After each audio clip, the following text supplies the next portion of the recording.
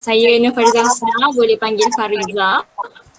Lepas tu bersama dengan saya punya 3 orang lagi ahli kumpulan, iaitu pertama Kak Asia, kedua Kak Farika, and ketiga Brian. Okey. Jadi tanpa membuang masa lagi, kami hari ini apa dia? Tak dengar? Oh, tak dengar. Okey, jadi tanpa membuang masa, saya nak tanya. Tapi yang ni bahagian soalan pengenalan berkaitan sekolah yang cikgu ajar lah. Iaitu yang pertama, bagi kita nak mulakan sesi tumbuhan kita malam ni, boleh tak Puan Hanifah ceritakan sedikit sejarah atau latar belakang penubuhan SMK Pekanbaru? Oh, latar belakang. Sekejap. Okey, latar belakang sekolah ni Okey, sekolah ni sekolah ni sekolah harian biasa saja. Okey. Dia terletak dekat pernah sampai tak sekolah ni? Tak pernah kan? Okey, jadi sekolah ni berada di kawasan perumahan. Kawasan perumahan tu ialah Taman Pekanbaru. Sebab tu sekolah ni nama dia diambil sempena nama Taman Pekanbaru lah, SMK Pekanbaru. Okey, dia memang berdekatan lah dengan pusat bandar. Okey, jadi dia punya keluasan tapak dia seluas 1357 ekar. Ataupun 55,350 meter persegi. Okey. Okey, kemudian pengetua pertama dia ialah Encik Abdul Kadir Jalaini, pengetua pertama. Okey, jadi sekolah ni kira ditubuhkan pada tahun 2000 lah sekolah ni. Tahun 2000, jadi kalau kita nak kira baru 21 tahun lah. Nak banding dengan sekolah-sekolah yang lain di Pada Bunta ni, SMK Pekanbaru ni antara sekolah yang muda lah. Yang lain-lain tu macam SMK Seri Perak, sekolah yang dah lama kan, yang dah pada tahun 70-an, 60-an. Jadi SMK Pekanbaru kira sekolah baru lah. Baru-baru pun 21 tahun dah kan. Okay. Jadi tapi masa di awal penubuhan tu cikgu dia ada 16 orang saja. 16 orang guru, staf ada 6 orang.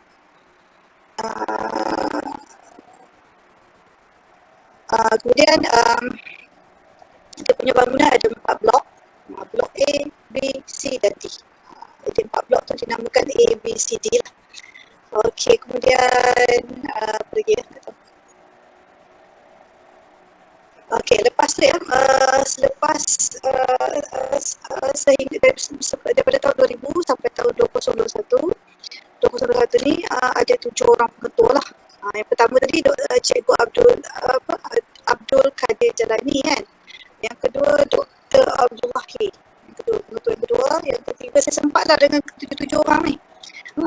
Yang ketiga Tuan Haji Shahar. Yang keempat Major Besara Abdul Rahman. Okey. Yang kelima Tuan Haji Abdul Halim. Lelaki semua. Yang keenam Encik Rizwan. Dan yang ketujuh ni yang terbaru lah, Cikgu Musa bin Saad. Tapi Cikgu Musa bin Saad ni pun baru je dapat surat ketukaran. Jadi sekolah Pekanbaru sekarang ni tak ada pengetua, tengah menunggu pengetua yang baru lah. Jadi yang ambil alih sekarang ni ialah PK1 lah, dia menjalankan tugas pengetua sehinggalah pengetua yang baru sampai. Lama saya kat sekolah Pekanbaru. Saya lama kat situ. Tapi saya sebenarnya dekat situ tahun 2007. Tapi sebab pengetua pertama tu dia 7 tahun kat situ. Jadi saya sempat lah dengan dia. Saya bukan sekolah pertama saya Pekanbaru tu. Saya dulu mengajar di Sabah masa first posting tu dekat Sabah. 4 tahun balik sini mengajar di SMJK Krian, betul baru saya pergi sekolah tu lah. Jadi saya sempat 2007 pengetua pertama tu pindah. Saya dah pergi situ dalam setahun tu, 2008 dia pindah. Sampai sekarang ni yang ke-7 lah. saya masih di situ. Jadi sempat 7 orang tu. Yang pertama tu tak lama lah, setahun macam tu. Mesti sayang tu dekat sekolah. Okey. Yalah, masuk Masuk. sekolah 3 sekolah yang tu yang paling lama saya mengajar kan. Okey, seterusnya saya nak tanya, boleh ke kalau Puan Haniza terangkan mengenai carta organisasi bagi sekolah SMK Pekanbaru secara keseluruhan? Catat organisasi ni jadi bermula dengan pengetua lah kan. Ya. Pengetua sekarang ni kalau ikutkan tarikh dia pada hari ini tak ada pengetua lah. Tapi sebab dia surat pertukaran dia 17 Mei, baru lagi minggu lepas kan, 2 minggu lepas. Jadi pengetua yang terakhir lah, kalau saya tengok pengetua dia Encik Saad, tapi dia pun dah bertukar ke Sekolah Seri Perak 17 Mei. Okey, penolong kanan pentadbiran Tuan Haji Ahmad Lofi. Kemudian penolong kanan HEM saya. Sebelum ni saya penolong kanan ko saya pun baru je lagi tukar daripada penolong kanan ko kurikulum saya PKM 14 Mei. Jadi mungkin Cikgu Musa tu sebab yang PK Koko yang baru tu Cikgu Ari Hasnizam, cikgu lelaki, tapi mungkin sebab dia baru lagi, sebab itu betul pas kat saya kot. Dan kita ada itu yang 4 orang pentadbir kat atas lah. Kemudian kita ada lagi barisan guru-guru kanan. Guru kanan dia guru senior kan. Jadi ada 4 guru kanan bahasa, bidang bahasa, kita ada guru kanan bahasa. Cikgu Witness Warren, anak lelaki Balakrishnan. Tapi dia pun nak bersara dah bulan 7 ni. Mungkin ada pengganti lah. Cikgu ni cikgu senior lah. Tahun ni umur 60, jadi nak bersara dah bulan 7 ni. Okay, guru kanan kemanusiaan Puan Hajah Rahmah. Okay, bidang kemanusiaan, ketua bidang dia Puan Hajah Rahmah lah. Kemudian kita ada guru kanan teknik vocational Puan Hajah Al-Tabligh. Kemudian guru kanan sains Puan Hajah Hartini. Dan ketua dan di bawah guru kanan ni kita ada KP, ketua panitia kan. Contohnya kalau JK Bahasa kita ada KP BM, KP BI, KP Bahasa Arab, KP Bahasa Tamil, KP Bahasa Cina. Tapi kalau nak sebut KP tu ramai lah. Dia banyak sebab kemanusiaan pun derek-derek lagi, sebab dia kemanusiaan pun banyak subjek. Jadi guru kanan, jadi maksudnya di bawah bidang bahasa ada ketua panitia dia. Bila guru kanan kemanusiaan pun ada ramai bawah tu. Teknik vocational pun ramai. Guru kanan sains pun fizik, kimia, bio, sains teras. Macam tu. Saya sebut saya kena buka buku. Tak payah kot lah. Banyak. Di bawah tu ada, itulah kemudian guru-guru di bawah panitia masing-masing lah. Kemudian kita itu staf guru. Kita ada juga staf AKP. AKP ni maksudnya kaki tangan, bukan guru lah. AKP tu macam Kani, macam dekat office tu kita ada PT pembantu takbir. Kemudian kita ada pembantu operasi, ada 2 orang. PO, kita bagi PO dan pembantu takbir PT. Kemudian kita ada pembantu makmal. Pembantu makmal kat sekolah tu ada 5 orang. Sebenarnya ada 6 makmal, 5 pembantu makmal setiap makmal. Itu je lah yang staff dekat sekolah. Okey, baik. Terima kasih. Kita beralih pula ke soalan ketiga. Boleh tak kami tahu berapa lama Puan Haniza ni dah berkhidmat sebagai guru dan menjadi penolong kanan kurikulum di SMK Pekanbaru? Okey, saya jadi cikgu tahun 1995. Saya memulakan kerjaya saya tahun 1925. Jadi kalau ikutkan 26 tahun lah. Tahun ni 26 tahun menjadi guru. Kalau sebagai penolong kanan kurikulum dah berapa lama? 4 tahun 8 bulan. Tak sampai lagi, kalau ikut tahun 5 tahun lah. Tapi kalau kira bulan dia 4 tahun 8 bulan. Bulan 9 ni baru cukup 5 tahun. Okey. Tapi kan Puan sepanjang 4 tahun 8 bulan sepanjang Puan berkhidmat sebagai penolong kanan kurikulum ni, apa pengalaman yang Puan dah kecapi tu? Yang paling Puan nyati ke? Okey, yang dikecapi tu banyak. Maksudnya kita urus aktiviti sekolah lah, aktiviti kurikulum sekolah. Contohnya yang biasa kita tahu kita buat tu, kalau dekat sekolah Macam multadesa, sukan tahunan tu wajib lah. Kemudian ada hari co-curriculum dan perkhemahan. Kemudian hari apresiasi tu hari mencari anugerah kan. Kemudian adalah perjumpaan-perjumpaan mingguan untuk kelab persatuan dan sebagainya. Kemudian itu peringkat sekolah. Daerah pun kita ada juga, kita sumbangan kan. Sekolah kita ada sumbangan. Contohnya kita pergi tuan rumah, macam-macam pertandingan lah. Antaranya pertandingan memasak, Maggi kan. Kau dengar tak? Masak Maggi. Jadi kan dia anjuran Maggi, jadi masaklah apa-apa saja menggunakan produk Maggi. Jadi kita tuan rumah kan. Macam tu. 3 tahun ke 4 tahun kak. Kemudian pertandingan catur, hoki, tuan rumah. Tuan rumah ni maksudnya kita sekolah penganjur. Jadi sekolah lain datanglah, datang masuk ambil bahagian. Kemudian pertandingan pidato dan pertandingan menulis esei Piala Diraja, kita jadi tuan rumah lah. Dan apa lagi ya? Kalau di peringkat negeri pun ada juga ya. Sekolah Pekanbaru ni adalah beberapa orang cikgu tu, dia termasuk saya lah. Jadi kita urus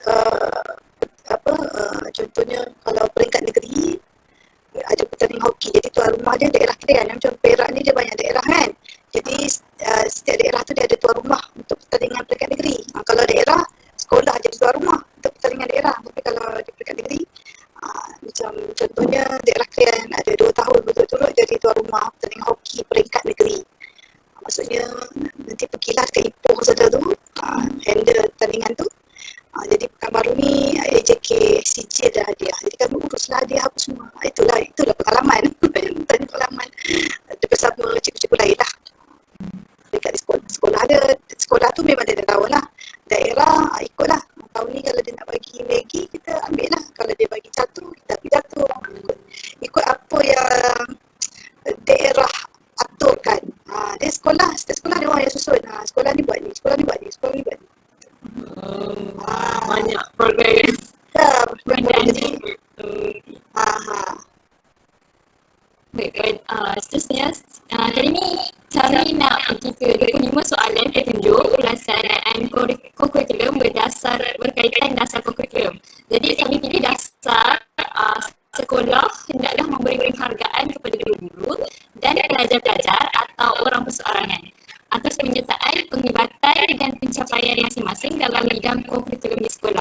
Penghargaan ini tidak hanya terbatas kepada kejayaan atau kemenangan semata-mata, tetapi hendaklah juga diberi kepada pelajar-pelajar yang mempunyai sifat disiplin yang baik. Ini diambil daripada Subperkara 8.2.4 Surat Petunjuk Iktisas Bilangan 1 1985. Itu dia. Panjang minta maaf laju dia cakap. Tak apa. Yang ada yang dalam soalan tu ya? Ya. Jadi yang pertama kita nak tengok ke petunjuk kita lah BC dan DC. Boleh tak Puan nyatakan BC dan BC sekolah dalam bidang co-curriculum dan adakah ianya tercapai? Dan sekiranya ianya tercapai, apakah pula penghargaan yang diberikan terhadap pencapaian tersebut? Dia sebenarnya BC dengan misi co-curriculum sekolah ni kita ambil daripada yang kebangsaan tau. Kita supaya misi dengan BC sekolah seiring dengan negeri, seiring dengan kebangsaan. Jadi kita gunakan kod tu apa tu yang yang kebangsaan punya, yang pendidikan punya lah kan. Kita masukkan ke dalam visi sekolah Pekanbaru lah. Contohnya kalau visi co-curriculum, visi menjadikan bidang co-curriculum sebagai wadah memperkembang potensi, bakat dan mencipta kejayaan secara berterusan. Ini seiringlah dengan yang Kementerian Pendidikan punya.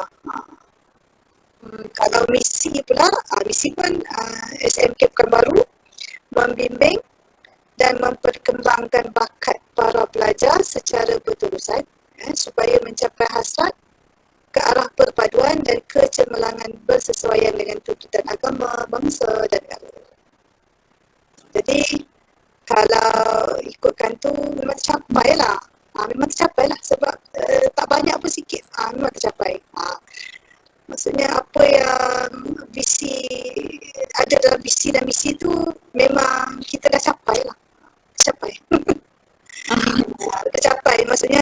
Cuma orang kata kalau tahun ni kita contohlah, Mhm. kalau tahun ni kita dapat Johan untuk pertandingan tahun depan, kita cuba tingkatkanlah pencapaian tu. Faham tak? Kita upgrade lah. Jadi kita join semua pertandingan. Kalau kita masuk semua, jadi dan memang tak adalah yang tak dapat langsung. Memang tercapai lah. Kita masuk banyak-banyak, memang ada dalam banyak-banyak tu memang tercapai lah. Kalau dekat daerah atau negeri. Kalau di sekolah memang tercapai lah. Kita memang kalau di sekolah aktiviti curricular memang ada kawalan, ada kontrol lah. PK Koko dan SU dia akan pastikan jalan aktiviti tu. Tapi sekarang ni COVID ni memang tak boleh buat apa lah. Memang banyak, memang tak boleh buat lah. Sekarang ni banyak pertandingan yang online je. Kalau debate ke, puisi ke, semua murid tu rekod sendiri hantar. Tak ada dah. Apa orang kata face to face. Sekarang ni baru baharu. Kalau sebelum-sebelum ni memang kita hantar budak ke sana sini lah. Hantar sini macam tu. Sekarang ni duduk di rumah sahaja. Okey. Tapi kalau macam yang Puan Haniza cakap tadi, memang visi dan misi sekolah tu memang dah tercapai dah. Tapi mungkin boleh beritahu kalau bila dah tercapai visi dan misi sekolah ni, jadi penghargaan apa yang sekolah bagikan? Kita bagilah guru, student ke? Kita bagi sijil penghargaan. Sijil penghargaan, diorang memang dapat tau. Kalau negeri akan hantar. Kalau daerah pun daerah akan hantar sijil kan. Sijil, lepas tu cenderahati macam plak ke, medal ke, memang akan dapat, itu memang dapat. Dan kita sekolah pun kita menghargai dia, kita adakan satu contohnya hari anugerah, kita panggil hari apresiasi co-curriculum. Jadi kita pilihlah pelajar yang banyak bagi sumbangan, mengharumkan nama sekolah. Kita adakan, kita jadikan dia sebagai tokoh co-curriculum. Kalau yang banyak yang kita pilih lah, adalah panel pemilih dia. Apa tu yang lain-lain tu kita bagi sijil. Bukan pelajar saja tahu, cikgu pun kita bagi juga. Yang jurulatih lah. Dan satu lagi kita dalam sistem PJSK, pernah dengar tak? Apa nak? PJSK tu pentaksiran aktiviti jasmani, sukan dan co-curriculum. Jadi kita pelajar tu dia aktiviti koko dia kita dah masukkan dalam unit masing-masing kan. Dia dah ada markah dia. Kalau dia jadi penerusi kan dia dapat markah. Kalau kelab satu semua ada. Tapi kalau dia ada sumbangan luar, kita masukkan dia di bawah ekstra co-curriculum. Jadi dia dapat markah untuk kat situ. Kalau pelajar lain semua dapat sama je kan. Tapi kalau dia ada sumbangan luar, dia ada ekstra lah. Kita masukkan ekstra co-curriculum. Siapa yang tak join, tak masuk, maksudnya memang ada kat sekolah tak nak tesis, tak nak masuk kan, dia dapat yang orang kata basic lah. Dia dapat unit beruniform tu wajib kan, dia memang dapat dah 1 point.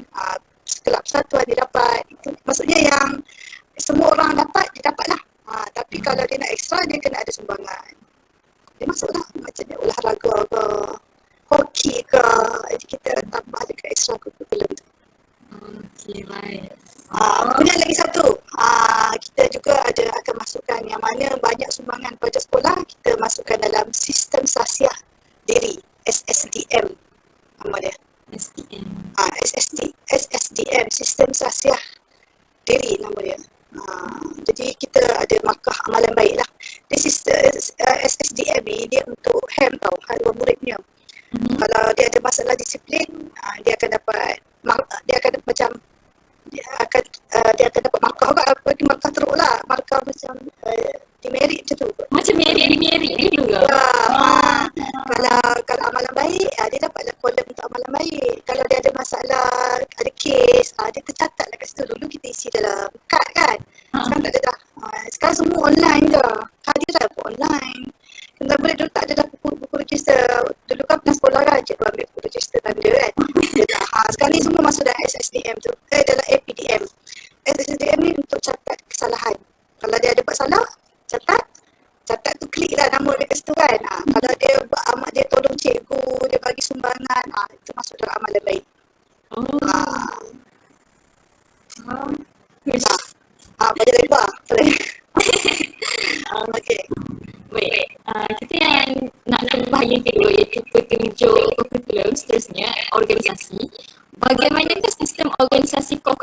sekolah dan adakah terdapat sub-sub organisasi dalam kalangan guru dan pentadbir yang menguruskan perihal penghargaan kepada guru dan pelajar? Memang ada lah. Kalau kita dalam buku pengurusan, kita ada buku pengurusan tu, kita dah buat siap-siap dah AJK. Contohnya kalau untuk penghargaan murid kan, kita ada satu AJK untuk hari apresiasi. Kita dah siap dah siapa dia punya penyelaras, SU dia siapa, AJK panel pemilih siapa, semua tu. Dalam tu dah susun siap-siap. Jadi tiba masanya nanti kita akan bermesyuarat, kita akan jalankanlah aktiviti tu selalu pada hujung tahun lah, bulan November. Tapi tahun lepas tak boleh buat lah. Kita buat kecil-kecilan tu, maksudnya kita panggil dia datang bagi. Kita tak boleh buat yang besar-besar dekat dewan macam tu. Dan juga setiausaha co-curriculum lah, dia in charge juga lah. Dalam co-curriculum dia ada SU besar dia. SU co-curriculum, kemudian di bawah SU co-curriculum tu kita ada penyelaras sukan permainan, penyelaras unit uniform, penyelaras kelab pesantren macam tu. Jadi dia pun duduk di bawah AJK ni lah. Maksudnya walaupun sekarang ni online, tetap diberi jugalah penghargaan tu. Tetaplah, tapi kita buat dengan kaedah dia norma baharu lah. Tak boleh dah buat macam hari anugerah yang besar-besar tu. Kan yang selalu ni kita akan buat kat dewan, ada persembahan, ada persembahan, tak boleh lah. Tak boleh lah. Kita selalunya hari apresiasi ni kita akan panggil contohnya pertandingan Perak Got Talent hari tu kan, ada sekolah saya menang, ada di Johan daerah. Kita akan panggil dia present masa hari anugerah tu kan, dia akan present lah. Kalau dia menang puisi, kita panggil lah dia, persembahkan dia kat depan kawan dia pula, macam tu. Jadi sekarang ni tak boleh lah buat macam tu. Sekolah pun tak boleh dah sekarang ni, PDR kan. Jadi tengoklah macam mana. Kalau dibenarkan boleh buat, kalau rasa tak boleh lah. Okey. Cikgu. Untuk petunjuk kita yang ketiga iaitu prasarana. Adakah pihak sekolah ada prasarana yang mencukupi untuk jalankan aktiviti co-curriculum serta majlis anugerah terhadap pencapaian yang dikecapi oleh pelajar atau guru? Kalau prasarana dia macam ni nak kata kita memanglah kalau kita nak buat semua aktiviti co-curriculum dengan kita memang tak cukup lah. Tapi kita hanya sekolah pertama dia hanya ada padang bola, padang hoki, padang bola tu padang hoki dah juga. Mungkin ada bola jaring. Contohnya kalau macam sekolah lain dia ada memanah, kita tak ada lah. Sebab kita tak ada perasaan, kita tak cukup. Jadi pasal tak semua. Kalau kita, sebab itu kalau ada pertandingan contohlah memanah, kita tak bolehlah masuk. Macam mana kita nak train budak kita sebab kita tak cukup. Jadi yang ada tu lah macam letak peluru. Kita adalah padang, di padang yang besar tu adalah pot-pot dia kan. Lepas tu apa lagi gelanggang bola tampar, gelanggang badminton pun kira macam tak cukup sebab kalau badminton dia kena dewan tau, dewan tertutup. Di sekolah tak ada dewan tertutup.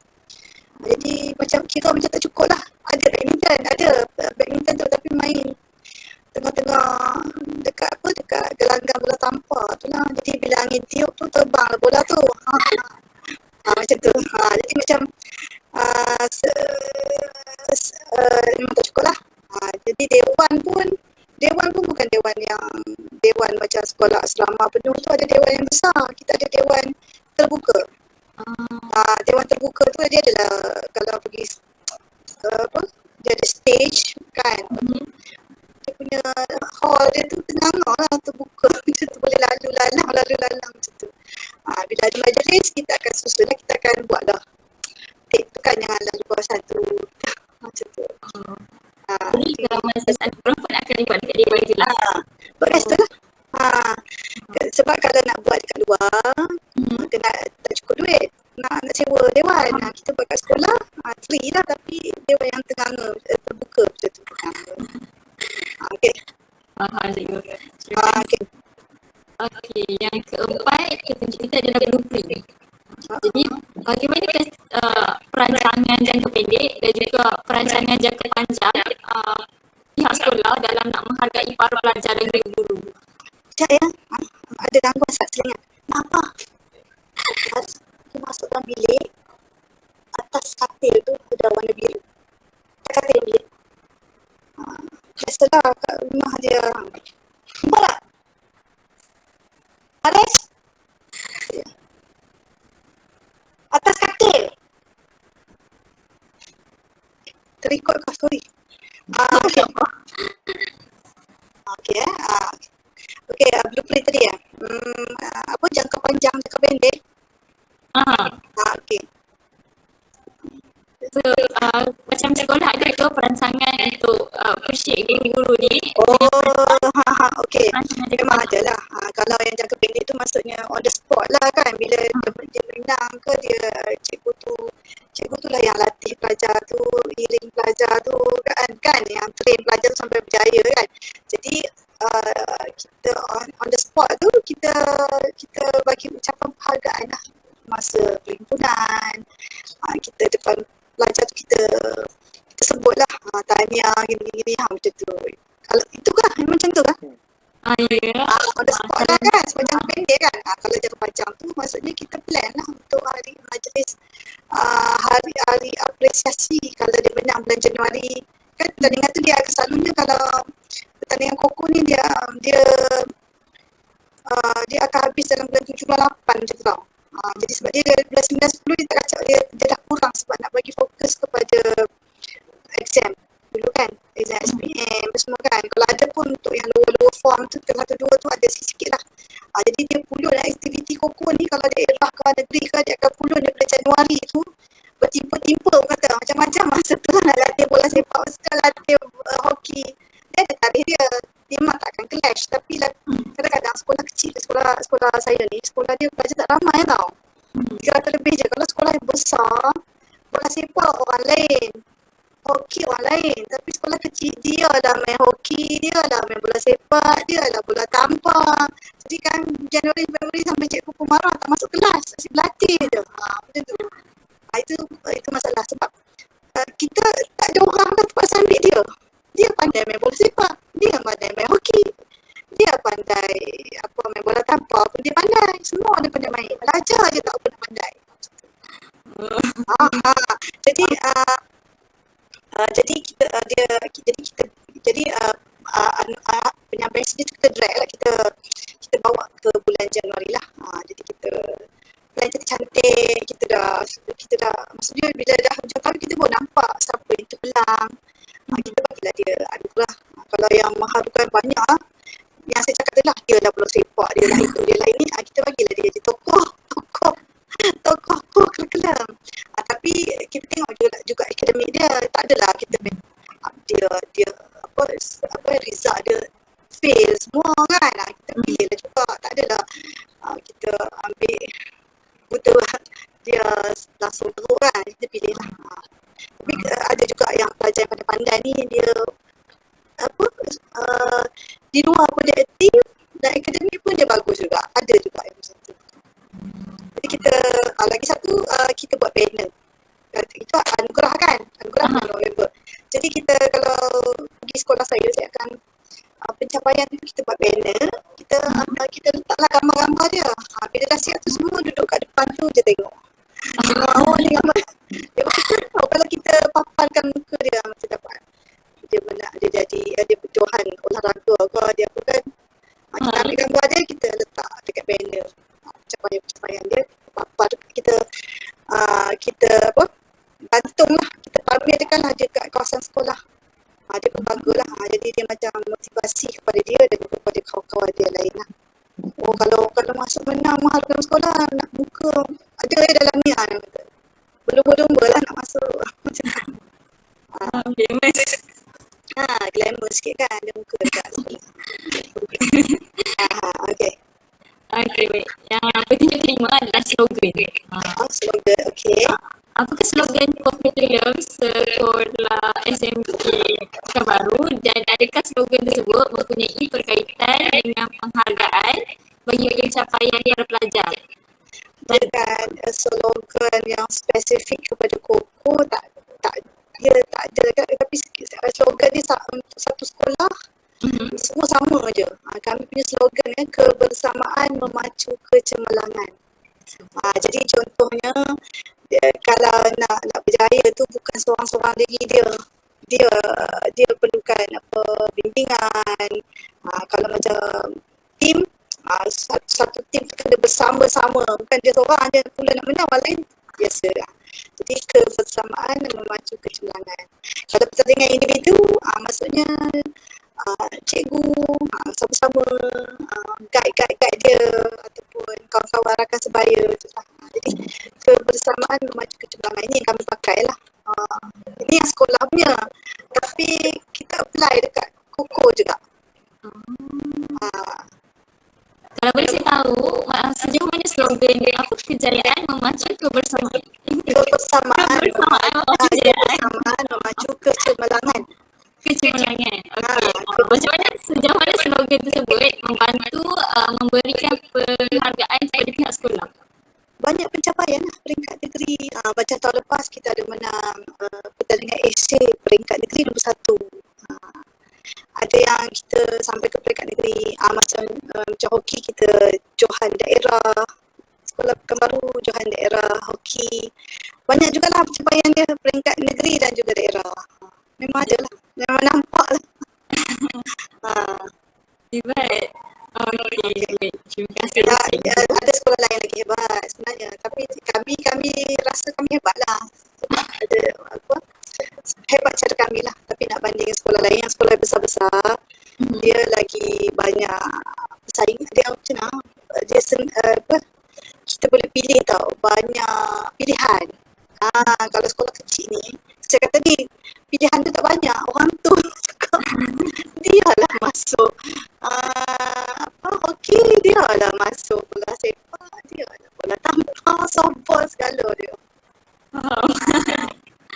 Okey, baik. Terima kasih Cikgu. Itu je soalan dari saya. Jadi saya nak serahkan kepada Kak Farika untuk soalan yang seterusnya.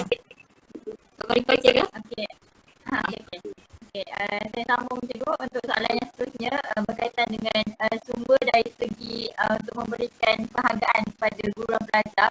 Okey, jadi soalannya adakah pihak sekolah merujuk sumber-sumber luar sebagai rujukan dalam memberikan penghargaan kepada guru dan pelajar. Sebagai contoh macam ada kutipan dana daripada luar untuk memberikan penghargaan kepada guru dan pelajar tu. Sumbangan dari luar tu memang tak ada lah. Kita selalu kalau untuk hari Anugerah kan, hari kita ada, kalau dalam bidang kurikulum kita ada peruntukan per kepala. Jadi kita ada BKK, bantuan kurikulum per kepala. Jadi kalau sekolah banyak, sekolah besar dia banyak, dia diikut per kepala kan, per head. Kalau sekolah kecil dia tak banyak lah, mungkin satu kepala RM10, kalau 300, 3,000 dia dapat. Jadi kita gunakan duit tu, tapi kalau nak keluarkan duit tu pun kita kena ada buat kerja. Contoh nak bahari apres, kita buat datang je. Kita nak guna banyak-banyak, nanti dia akan, duit tu kita akan gunakan lah, tapi bukan cash tau. Kita kena pakai cek ke LO ke macam tu lah. Lepas tu satu lagi bantuan BKK dengan BSS. BSS bantuan sukan sekolah, BSS. Dia kena, kalau untuk sukan, contohnya kita nak hantar budak tim hoki, kan kita katalah budak 13 orang, satu per head tu mungkin duit makan dia orang ke apa benda ke, kita keluarkan duit BSS lah untukkan makan. Jadi macam itulah contoh. Dan satu lagi kita boleh mohon wang sumbangan PIBG. PIBG pun dia ada tabung untuk aktiviti co-curriculum. PIBG dia ada tabung kecemerlangan akademik, dia ada tabung kecemerlangan co-curriculum. Jadi kalau kita boleh top up daripada PIBG lah. Tapi semua kena bawa tarjah. Tarjah kita buat untuk mohon duit apa semua, nanti dia akan bagi lah kita. Kita boleh dah beli hadiah, boleh lah macam-macam lah kita boleh buat. Dengan duit tu. Tapi semua untuk budak, untuk pelajar. Dan guru lah. Guru kita guna PIBG. Kalau duit budak, duit PKK tu kita tak boleh, kita memang untuk pelajar saja. Okey, untuk soalan seterusnya adalah berkaitan dengan guru yang terlatih. Ada bagi yang membimbing setiap organisasi di sekolah, sama ada kelab persatuan ataupun kegiatan permainan, adakah guru-guru ini terlibat dengan sesi latihan atau kursus yang khusus lah untuk diorang guide pelajar-pelajar dalam setiap organisasi tu? Memanglah Dan kalau memang kalau ada diorang terlibat dengan apa-apa latihan atau kursus, adakah pihak sekolah memberikan penghargaan lah bagi guru tu yang dah terlibat dengan kursus-kursus yang berkenaan lah? dia kalau biasanya kursus ni dia anjuran PPD, Jabatan Daerah, anjuran negeri, Jabatan Pendidikan Negeri Perak. Kalau Perak, JPN Perak lah. Biasanya kalau peringkat negeri, dia orang sendiri akan bagi sijil penghargaan, sijil tamat kursus. PPD pun semua akan bagi sijil. Kalau peringkat sekolah, kita tak adalah sijil nak apa kata, bila dia habis kursus tu, kita nak bagi sijil tu ke tak, kita akan bagi masa hari apresiasi berdasarkan pencapaian dia lah. Kalau macam dia hoki, contohlah hoki, boleh membawa tim hoki sekolah sampai menjadi johan, kita bagi dia sijil penghargaan peringkat sekolah lah. Kalau tidak, cikgu ada 56 macam tu lah. Jadi kalau cikgu sendiri memang dia dah dapat sijil. Dan sebenarnya sijil negeri dengan daerah lagi laku daripada sijil sekolah. Sijil sekolah ni masa kalau ada pencapaian, kita bagi masa apresiasi lah. Cuma kita akan bagi sijil, semua guru akan dapat sijil penghargaan untuk yang bukan kerana dia berkursus, kerana dia jadi guru penasihat. Contohnya dia kan guru penasihat, semua cikgu akan dapat lah. Nanti kita akan bagi sijil kat dia, sijil penghargaan kerana menjadi guru penasihat untuk kelab STEM. Lepas tu untuk contohnya kelab hoki sekolah, sebagai guru penasihat. Kita akan bagilah pada hujung tahun. Tahun depan kita bagi lagi. Maksudnya tiap tahun lah dia akan dapat. Itu semua akan dapat sebab sumbangan dia sebagai guru penasihat. Tapi kalau yang khusus tu negeri akan bagi. Kalau dia pergi negeri akan bagilah. Kan kalau dia pergi ke daerah yang anjurkan khusus tu, daerah akan bagi. Cuma penghargaan tu yang spesifik tu, kalau dia melatih pelajar tu sampai berjaya, kita tak lupakanlah guru tu. Jadi cikgu pun berlumba-lumba lah nak bagi menang supaya dapat anugerah apresiasi tu. Okey, untuk yang seterusnya berkaitan dengan jadual kegiatan tahunan. Okey, macam setiap sekolah mesti ada perancangan tahunan bagi aktiviti kurikulum. Termasuklah dalam perancangan tu mesti ada majlis apresiasi macam yang Puan katakan tadi. Jadi adakah majlis apresiasi tersebut dibagi tahu kepada semua warga sekolah sebagai persediaan awal para pelajar berfikir untuk menang apa-apa anugerah, ataupun akan hanya dibagi tahu kepada guru-guru tertentu saja untuk perancangan awal untuk menjalankan majlis apresiasi? Tak, kita memang dah ada dalam buku. Memang dah, orang kata dah ada black and white dah.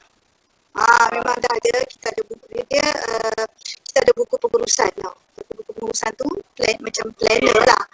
Jadi bahagian kurikulum satu bahagian, bahagian HEM satu bahagian, bahagian fokus satu bahagian. Jadi kita dah ada takwim dia. Kita takwim perancangan, kadang-kadang kita ubah. Kelas apa kan, jadi perancangan kita dah buat dah. Okey, kita nak buat tarikh, kita masukkan dah tarikh siap-siap. Cumanya mungkin kita ada halangan kan, kita enjak sikit kita ubah. Memang dah ada dalam buku, kita bagi buku pengurusan sekolah. Jadi kita dah masuk macam hari apresiasi ni, siapa dia yang in charge. AJK dia dah ada dah. AJK yang besar-besar lah, maksudnya penyelesaian siapa, SU dia siapa. Lepas tu nanti kita akan bentukkan AJK. Tapi cikgu semua dah tahu lah, sebab semua cikgu akan dapat buku pengurusan tu, dia tahu dah bila nak buat apa aktiviti yang akan kita buat. Contohnya pasukan, bila kita nak buat sukan, bila kita nak buat menderisa, bila kita buat kupu. Semua memang dah dirancang lebih awal. Jadi semua cikgu tahulah. Semua cikgu tahu. Jadi dia kena study dulu. Dari segi pelajar untuk macam majlis apresiasi tu dia pelajar akan tahu awal juga ke ataupun macam nak dekat dengan Pelajar tu kita tak cakap awal lagi lah. Dia bukan punya fokus apa. Kalau kita cakap apresiasi, dia kita kata masuk je. Nanti hujung tahun nanti kita akan maklumlah dah dekat-dekat tu, bila kita dah panggil sebab dia bukan melibatkan semua yang mana, kita hanya melibatkan yang berjaya saja. Selagi kalau kita cakap cikgu kami tak dijemput kah. Jadi sebab bila dah hujung-hujung tu kita selected saja, kita tak panggil semua hampir 300, katalah pelajar tu ada 360. Kita tak panggil 360 nak buat apa, sebab dia akan kacau kalau kita cuba kan. Kita akan panggil dalam 100 orang yang menang, yang terpilih sajalah, yang memang akan penerima anugerah. Sama dengan hari anugerah cemerlang akademik kan. Kita akan panggil yang dapat nombor 1, nombor 2, nombor 3 je kan. Kita panggil satu sekolah. Tapi yang wawarkan kemenangan dia orang tu, kita maklumkan dekat perhimpunan lah. Perhimpunan kita bagi tahu semua lah kan. Okey, tim okey dah menang, tepuk tangan. Ada tepuk tangan macam tu lah. Cuma masa hari apresiasi tu kita jemput yang terlibat sajalah. Kalau tidak dia jadi, kalau kita jemput semua dia kos lah. Nak bagi makan, dia akan lari bajet macam tu lah. Kena bagi makan nanti. Kan? Melibatkan kos. Kecuali memang ada peruntukan yang besar, tapi susah juga nak jemput semua, sebab kalau hujung-hujung tu kan dia boleh duduk diam lama-lama, nanti dia ganggu majlis. Betul-betul. Okay, untuk soalan seterusnya adalah berkaitan dengan pelantikan guru. Apakah penghargaan yang diberikan kepada guru yang dilantik dalam pengurusan kurikulum bagi membantu menjayakan pelaksanaan aktiviti kurikulum sekolah? Kita selalu bagi sijil penghargaan pada hari apresiasi. Sijil. Kita tak bagilah hadiah macam budak-budak sebab kita tak ada peruntukan yang macam yang kita nak bagi plak, nak bagi medal tu semua kita pakai peruntukan yang bantuan kurikulum tu untuk pelajar. Jadi cikgu kita tak ada peruntukan hadiah, kecuali ada YB nak bagi duit kat kita, YB mana-mana kan, luar dia nak bagi, baru kita boleh bagi kat cikgu tu. Kalau cikgu kita bagi sijil saja selalu. Jarang lah kita bagi hadiah macam pelak piala. Cikgu pula seronok dapat piala. Sebenarnya kita semua tu untuk pelajar. Cuma cikgu dah dapat sijil pun dia dah happy lah. Dah faham macam tu. Kecuali kalau di luar. Kalau di luar kita pulang lah kalau dekat daerah. Tapi biasanya di daerah pun dia akan bagi ke pelajar. Guru akan dapat sijil saja.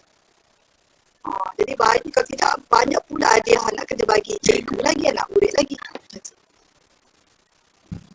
Okay, soalan seterusnya adalah berkaitan dengan penubuhan jadual peserta aktiviti kurikulum. Okay, adakah pihak sekolah memberikan penghargaan kepada mana-mana organisasi kurikulum pada setiap tahun, sama ada dari segi unit uniform, kelab persatuan ataupun juga permainan yang asalnya macam terbaik lah. So jadi bila ada salah satu pasukan yang terbaik, kita akan beri penghargaan. Adakah apakah yang penghargaan yang diberikan kepada pasukan yang terbaik tu? Kita memang ada bagilah. Kita bagi kalau yang official, kita masa hari apresiasi tu kita akan umumkan unit uniform terbaik, kelab persatuan terbaik, kemudian unit uniform terbaik. Contohnya kalau Puteri Islam terbaik, dia banyak menang, kita bagi yang terbaik dalam bentuk sijil dan hadiah lah kan. Tapi ada kami juga kan, bila contohnya saya bagi contoh hoki ke kelab muzik ke menang, kita kata penghargaan tu ya, kita tabung guru, sumbangan guru, kita collect duit cikgu ataupun takbir kan, kita belanja sama makan, beli KFC, macam tu penghargaan. So budak-budak ni seronok lah belanja KFC kan. Kita bawa dia pergi makan dekat KFC, tim hoki kan, kita pergi. Tapi duit sumbangan cikgu-cikgu lah, Dah tahu menang, seronok kan, tumpang gembira, kita collect duit, kita jamu dia orang makan. Itu penghargaan lah yang unofficial, on the spot. Maksudnya minggu dia menang, minggu depan tu kita belanja dia orang makan. Atau pizza ke, apa-apa sajalah. Makanan budak-budak, makanan yang mereka suka lah. Macam pizza tu, KFC tu memang favourite lah tu. Itu je. Okay. Untuk yang soalan seterusnya adalah berkaitan dengan penubuhan jawatan kuasa bagi setiap aktiviti co-curriculum, bagi setiap kegiatan co-curriculum di sekolah lah. Ya, adakah setiap kegiatan co-curriculum di sekolah ini mempunyai satu organisasi besar yang melibatkan daripada guru sampailah pelajar, maknanya dari segi penyelaras ataupun ketua setiap organisasi itu, dan apakah inisiatif yang diberikan oleh pihak sekolah bagi menghargai pelibatan diorang lah dalam organisasi tersebut. Memang ada lah. Setiap unit tu kita memang ada organisasi dia, organisasi masing-masing. Setiap unit, contoh uniform macam kadet polis. Dia ada dia punya guru penasihat, sekian. Lepas tu pengurusi dia, pengurusi dia, AJK dia, itu memang ada lah setiap unit tu. Jadi dia punya penghargaan dia, memang mereka akan dapat sijen lah, sijen penghargaan. Memang dapat lah. Dia tak tahu dapat, kalau tahu, ada lagi. Maknanya setiap tahun tu memang akan diberikan sijen lah untuk Ya, kalau dia pegang jawatan memang dapat sijen. AJK lah, maksudnya AJK lah ada pegang AJK tertinggi. Kalau ahli tu tak bagilah. Ahli ramai. Maksudnya dia dipilih untuk memegang jawatan pengurusi, naib pengurusi, setiausaha. Kita bagi AJK tertinggi. Orang kata apa? Jawatan tertinggi tu kita bagi hadiah. Dia nak bagi sijen. Jadi kalau persatuan kita tukar tahun-tahun ni, dia mungkin sebab kita tak cuma uniform je dia kekal sebab dia dah beli uniform tau. Kelas 1, kelas 5 dia akan pakai yang tu je. Jadi tak mungkin masa form 1 dia AJK biasa je, tak ada AJK. Tingkatan 2 dia dah pegang AJK tingkatan. Tingkatan 3 dia dah pegang penolong bendahari. Masa dia naik tingkatan 4 dia dah jadi naib pengurusi. Tingkatan 5 bukan pengurusi. Jadi tak tahu dia dapat sijil. Macam tu. Kalau uniform, kalau kelab persatuan kita tukar. Tahun ni dia kelab komputer, tahun depan kita bagi dia kelab lain pula. Jadi dia merasa tak adalah dia bosan unit yang sama je kan. Kalau uniform tak apa sebab dia tak bosan, sebab dia takkan nak tukar-tukar uniform lah, uniform mahal kan. Jadi sukan permainan pun kita nak bagi dia rasa. Main badminton, kalau bola jaring tak lah, perempuan je lah kan. Bola jaring. Kalau budak Islam, perempuan saja. Kalau bahasa Arab, budak Islam je lah. Tak adalah kita bagi budak India pun merasa juga bahasa Arab. Ikut kesesuaian lah. Itu je. Memang dapat sijil lah. Untuk soalan yang terakhir lah bagi daripada saya berkaitan dengan sistem file bagi setiap aktiviti kegiatan co-curriculum ni. Jadi bagi memastikan file bagi setiap kegiatan co-curriculum ni sentiasa direkodkan secara aktif dan dikemasilah mengikut tahun, apakah yang dilakukan oleh pihak sekolah bagi mencapai matlamat tersebut, memastikan sistem file tu sentiasa aktif lah, tak adalah macam lama ditinggalkan oleh setiap kegiatan co-curriculum tu. Kalau file setiap unit memang ada file. Biasanya dari segi file kita tak ada buat pertandingan sebab cuma kita akan bagi tahu dalam file tu apa yang perlu ada. Contohnya apa dia punya carta organisasi, takwil, minit mesyuarat tu semua ada. Okey, dan kita selaraskan tau kandungan dalam file tu. Jadi tak adalah pertandingan, cuma pertandingan kita buat untuk ni papan kenyataan. Setiap unit tu dia ada papan kenyataan masing-masing kan. Dia hias lah papan kenyataan dia, tu senang nak tengok. Kalau file ni dia belum lagi lah, tak ada lagi lah pertandingan file tu cantik tu, tak ada lagi lah.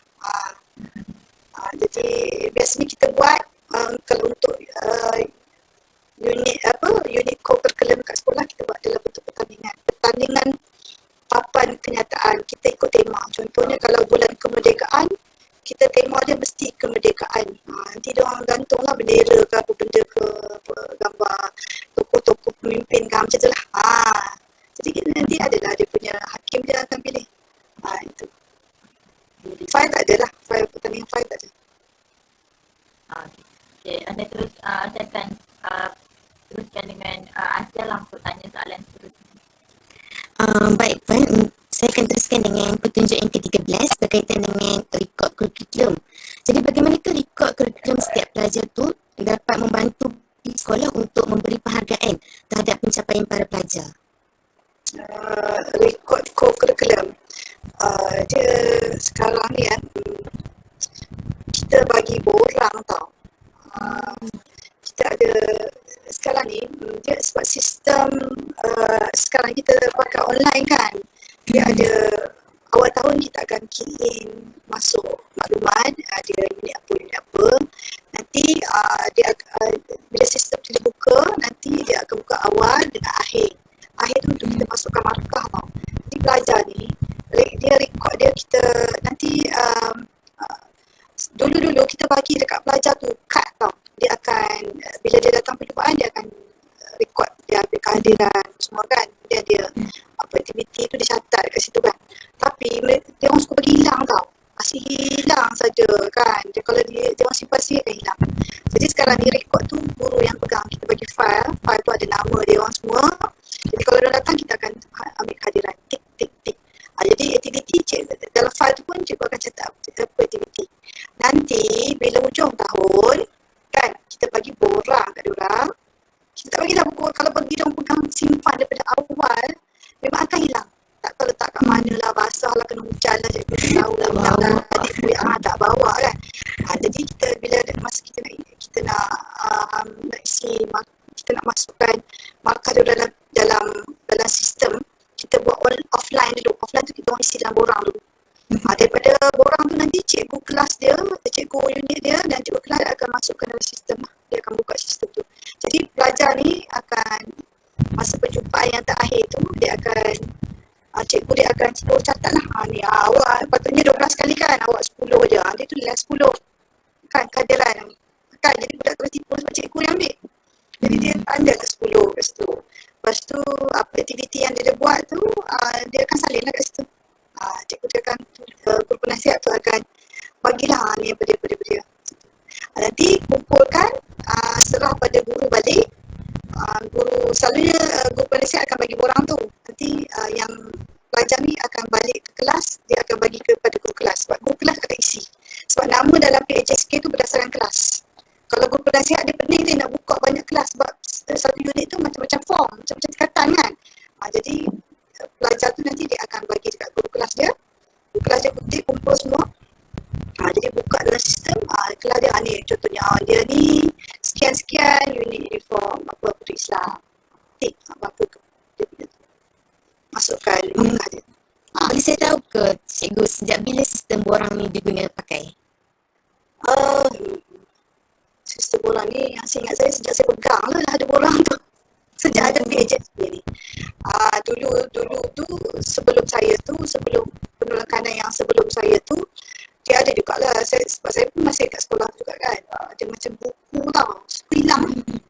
Apa tu dia tukar. Saya ni menyambung je yang kerja yang dia punya tu. Itu bila cek sekolah lain pun dia buat macam tu juga. Tapi ada sekolah yang guna buku. Kalau sekolah budak baik-baik tu, tak tahulah, mungkin tak hilangkan kot. Tapi sekolah saya memang suka hilang. Sekolah tu lah, keputusan sekolah tu nak pakai ya, tapi yang penting PHSK tu. Yang penting ada rekod. Macam mana sekolah nak buat. Tapi kita punya borang pun berdasarkan PHSK, kita print out daripada PHSK tu. Dia adakan yang macam manual dia. Ni benda-benda ni. Jadi kita print out keluar tu. Kita perbanyakkan. Kita bagi kat pelajar. Ada setengah dalam bentuk buku. Buku tu macam pembekal, dia akan buat buku. Dia tahulah benda tu kan. Dia jual kat sekolah. Ada setengah sekolah buat sendiri ikut masing-masing lah. Tapi kami memang print saja. Jadikan dia borang. Borang, jimat kertas, kecilkan dia. Kan, jadi pelajaran ni. Yang tu sebenarnya memang dari sistem sendiri. Jadi budak akan pegang masa hujung tahun je. Untuk dia tengok benda tu, dia sebenarnya tak hilang. Tak hilang. Baik cikgu. Untuk soalan berikutnya berkaitan dengan penilaian prestasi tahunan. Jadi berdasarkan penilaian prestasi tahunan setiap murid tu, adakah pihak sekolah turut memberi penghargaan kepada pelajar dari segi kehadiran, disiplin ataupun aspek-aspek lain?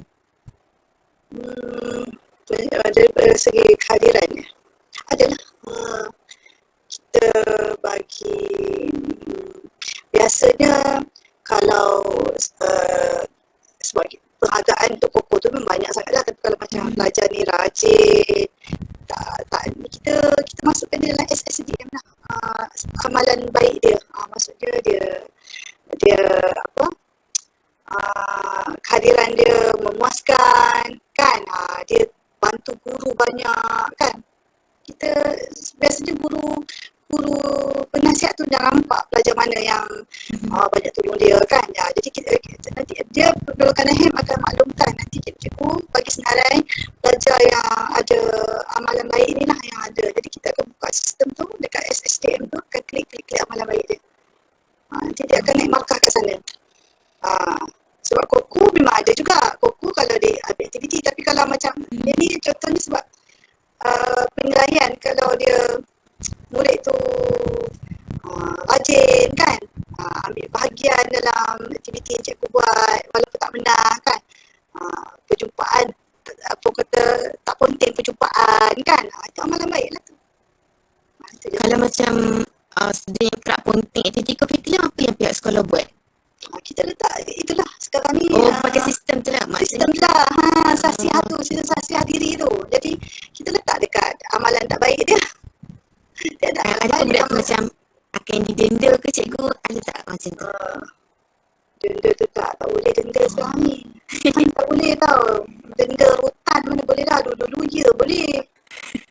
Sekarang kita guna, kita kata amalan tak baik je lah. Okay. Jarang dah benda-benda pelajar ni. Kalau dari segi tak datang, Koko kamu benda ni kan.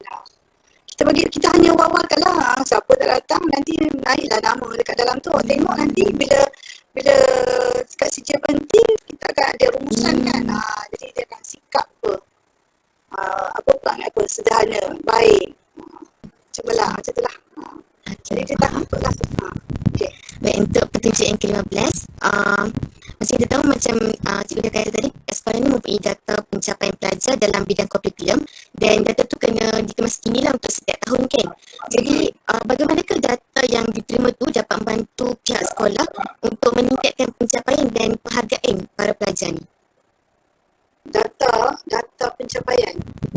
Data yang diterima, yang dikemas kini setiap tahun tu, macam mana dapat membantu pihak sekolah untuk meningkatkan pencapaian dan penghargaan para pelajar ni?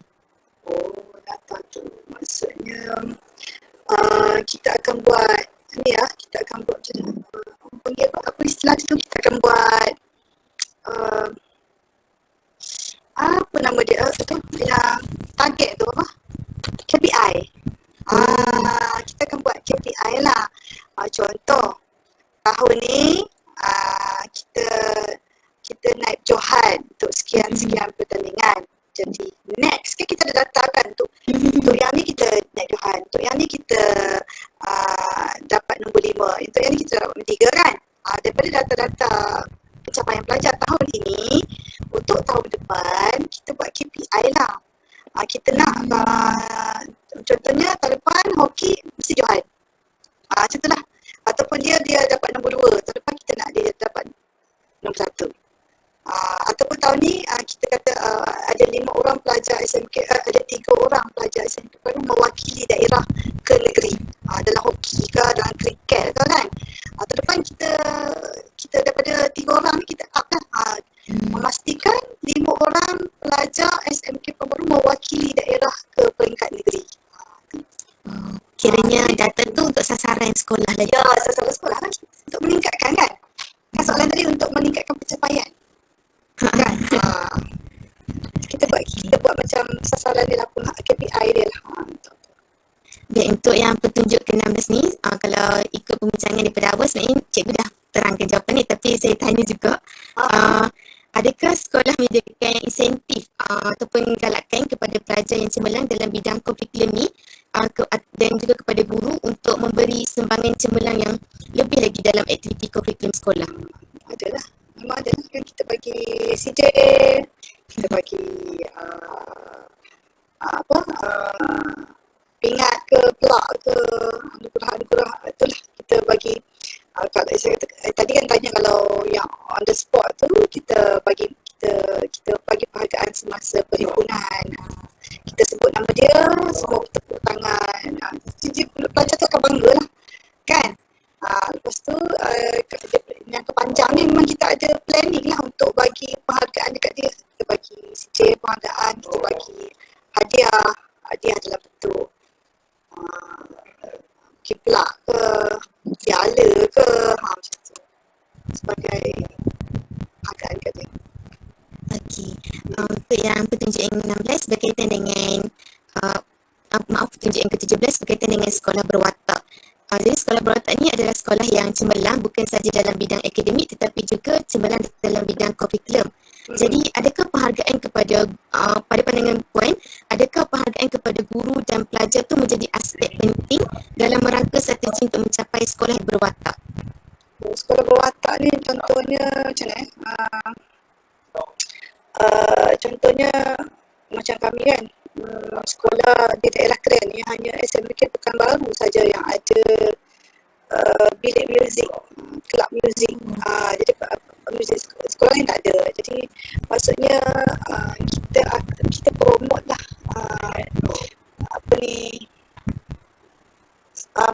kata sekolah kita ni untuk supaya pelajar-pelajar lain datang sekolah kita kalau nak sambung dalam muzik lah, nak belajar muzik ke, nak belajar lah kan, kita ada gamelan, kita ada makyum. Dan bila di peringkat daerah pun kalau ada majlis apa-apa, dia orang import tau pasukan gamelan SMK Pekanbaru untuk main makyum, muzik makyum tu yang Cak Lempong tentang tu lah yang alat muzik tu kan. Tu gamelan muzik gamelan tu. Jadi untuk iring majlis apa-apa. Dan hari anugerah sekolah pun kita main benda tu lah.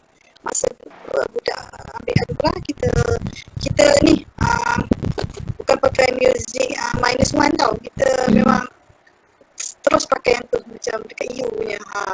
Jadi kita bagi penghargaan lah pada tim ni. Apa betul menjawab ke tidak?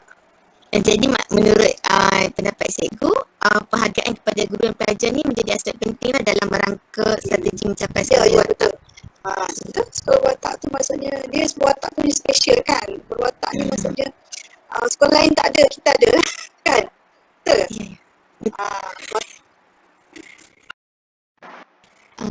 Dan untuk petunjuk yang seterusnya berkaitan dengan Standard Kualiti Tinggi Pendidikan STKP. Jadi adakah pihak sekolah SMK Pekanbaru ni menggunakan kaedah STKP dalam memberi penghargaan kepada guru dan pelajar?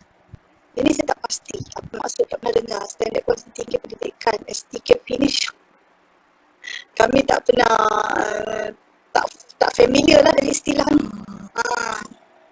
Ke saya yang ketinggalan tak tahulah, tapi pencapaian berdasarkan kaedah Standard Kualiti Tinggi Pendidikan ini kalau tanya pengetua mungkin dia tahu pun, tapi saya tak pernah lah, tak orang kata tak familiar lah dengan istilah ni, jadi tak dapat jawab yang ni.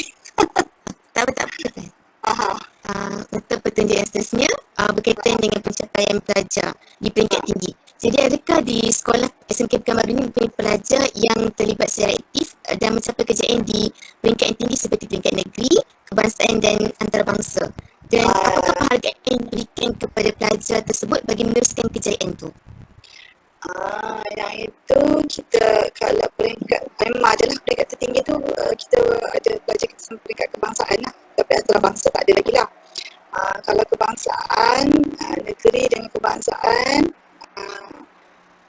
kita bagi sijil penghargaan semasa hari apresiasi dan juga medal pelak atau apa-apa lah. Itu je.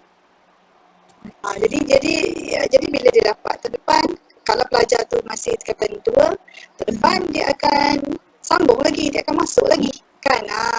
Kalau dia akan sambung. Selalunya kita akan bagilah semua tu nanti akan diberi pada hari apresiasi tu. Baik, terima kasih cikgu. Seterusnya saya serahkan kepada Brian. Okey. Ya, cikgu. Cikgu mau minum air ke sebelum saya start?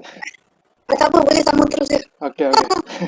Okay. Okey, untuk soalan pertama saya tentang sekolah meriah dengan pelbagai aktiviti. So, adakah pihak sekolah memeriahkan bidang kurikulum di sekolah dengan pelbagai aktiviti dan pertandingan yang dapat memberikan penghargaan terhadap penglibatan para pelajar? Ya. Memang iyalah.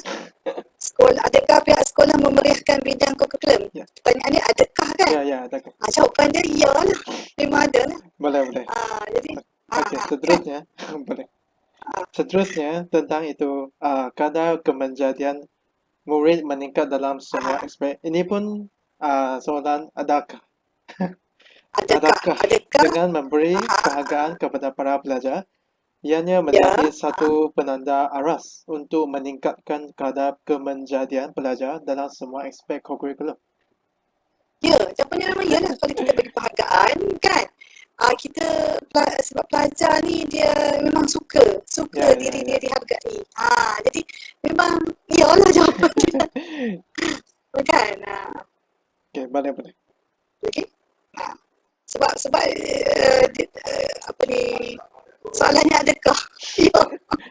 Boleh. Okey, lagi. Okey, untuk petunjuk seterusnya ialah wujud kerjasama sekolah, masyarakat dan pihak luar. So, soalannya ialah dalam usaha untuk memberikan penghargaan kepada pelajar, adakah pihak sekolah mewujudkan kerjasama dengan masyarakat luar dari segi kutipan dana atau sebagainya?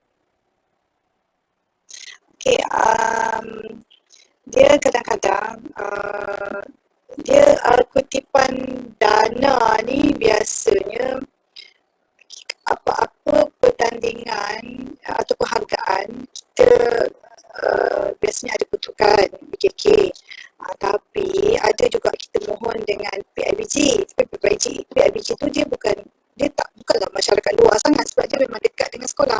Sebab ahli-ahli dia ibu bapa dan guru-guru kan.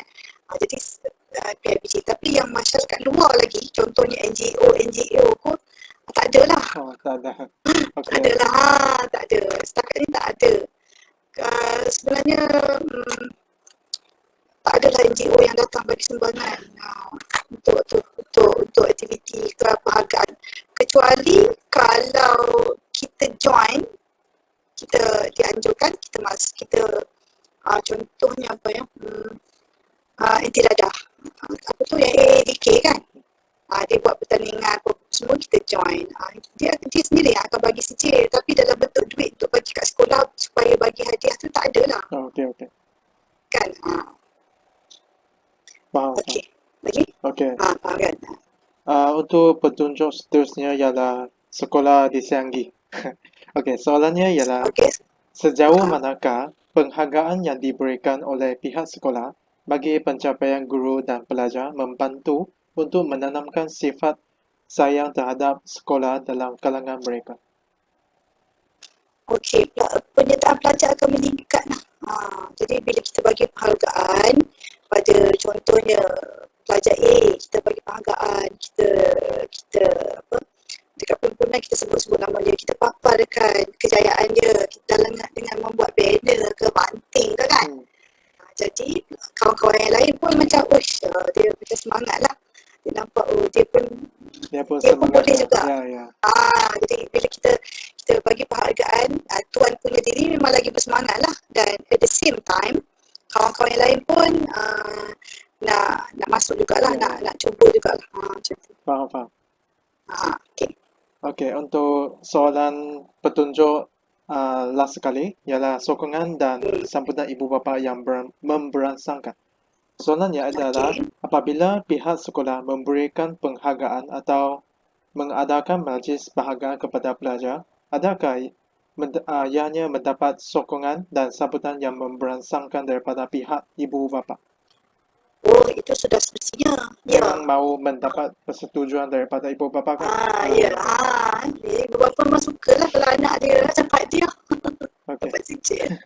Okey. Okey. Lagi? Ada satu soalan lagi ialah Apakah cabaran dan halangan yang dihadapi oleh pihak sekolah dalam melaksanakan setiap aktiviti co-curriculum di sekolah? Okey, kalau dia halangan, cabaran dan halangan ni setiap sekolah tak sama kan. Sekolah lain cabaran dia. Sekolah saya lain cabaran dia. Okey, macam saya cakap tadi lah. Sekolah saya ni pelajar tak ramai, 300 lebih saja. Jadi bila kita ada pertandingan, kita nak buat pemilihan tu susah tau. Kan macam sekolah lain, kita boleh buat pertandingan tu peringkat sekolah dulu. Kita boleh pilih yang the best kan. Ya. Kalau dekat sekolah yang kecil ni, kita pilihan dia tak banyak. Kan saya ada sebut tadi, kadang-kadang pelajar A ni dialah boleh main badminton, dialah boleh main pingpong, dialah boleh masuk lari kan. Jadi adalah beberapa orang pelajar ni yang all rounder orang panggil, semua dia boleh main. Itu halangan dia, kita tak cukup apa orang kata contohnya apa, halangan dia ialah pemilihan lah. Apa orang kata, pemilihan apa nak sebut, maksudnya halangan dia pemilihan tu terhad. Terhad sangat. Jadi sebab kalau sekolah besar dia pilihan dia lebih banyak. Banyak pilihan. Jadi kalau dia tim hoki, dia fokus pada hoki saja. Jadi latihan, cikgu boleh buat latihan untuk hoki, dia orang tu saja. Kalau macam dia masuk semua, cikgu saya tak boleh latihan hoki, saya ada bola sepak. Saya tak boleh masuk ni, saya ada ni. Alamak, berebut lah pula dengan cikgu. Nak kan macam tu lah. Itulah cabaran dia, halangan dia. Bila anak pelajar tak ramai, jadi ada segi kewangan pun kadang-kadang kan. Jadi kewangan kita dia peruntukan bergantung kepada bilangan pelajar. Kalau sekolah besar lah dia punya peruntukan dia. Sekolah kecil lah peruntukan dia. Jadi kalau nak buat majlis tu, kita tak boleh buat bajet yang besar-besar sangat. Faham cikgu. Tadi saya ada tertinggal satu petunjuk soalannya. Sorry cikgu. Ya. Okay, tak apa. Ini pun soalan adakah? Adakah? Adakah dengan pemberian penghargaan daripada pihak sekolah yang memberikan pandangan dan sikap positif guru dan pelajar terhadap kegiatan co-curriculum di sekolah? Ini memang ya kan? Ya, memang ya. Okey. Memang ya. Boleh. Okey. Untuk last sekali, memang soalan last sekali. Okey, secara keseluruhan, apakah pandangan Puan Hainiza terhadap pelaksanaan kegiatan co-curriculum di sekolah? Okey, tolak tahun ini dan tahun lepas lah. Kita tahun ni kita tak boleh ambil kira lah. Sebab kita banyak aktiviti co-curriculum yang secara bersemuka tidak dapat dijalankan. Kan? Semua yang online saja. Tapi sebelum COVID ni melanda, memang dapat dilaksanakan dengan sangat baiklah dan seperti yang dirancangkan. Kita dah buat planning kan, jadi cikgu pun, guru penasihat pun dah tahu nak buat apa. Pelajar pun dah faham kan. Itulah, dan guru-guru pun sangat committed. Masing-masing tahu tugas masing-masing. Nak buat apa kan. Faham. Okey, itu saja daripada Itu saja. soalan kami. Ada lain yang mau tambah? Ada lagi. Saya rasa tak ada. Farida adakah? Tak ada kot. Jadi Ada dah. kami Semua background sama Jadi kami Yang sudah benar-benar pakat, nak kami sudah ucapkan pakat. kasih banyak-banyak kepada Cikgu Haniza sebab sudi meluangkan masa menjawab soalan kami dan minta maaf sangat-sangat sudah tadi sebab masalah teknikal. Macam minta maaf sangat-sangat. Terima Okey, tak kasih apa. meluangkan masa. Tak apa, kat rumah je. Tak pergi mana pun. Okey, itu je. Okey. Okey. Moga jumpa lagi. Selamat malam cikgu. Okey, terima kasih. Salam. Boleh. Assalamualaikum. Salam. Terima kasih cikgu. Cikgu. Ya. Mungkin kita boleh ambil gambar dulu. Jangan lama. Okey, boleh. Saya tengah record lah, so boleh Farika atau Asia ambil gambar. Sekejap, saya pun ambil gambar juga. Okey. Ambil gambar tu. Dan keluar ni. Okey. Dah. Okay, sekejap. 1, 2, 3. 1, 2, 3. Okay. Okey, kejap saya pula. Senyum. Okey. Okey. Ni boleh nampak. Saya nampak kamera saya. Okey. Okey, 1, 2, 3. One more time. Okay. Aduh. Oh, it's okay. Okay, 1,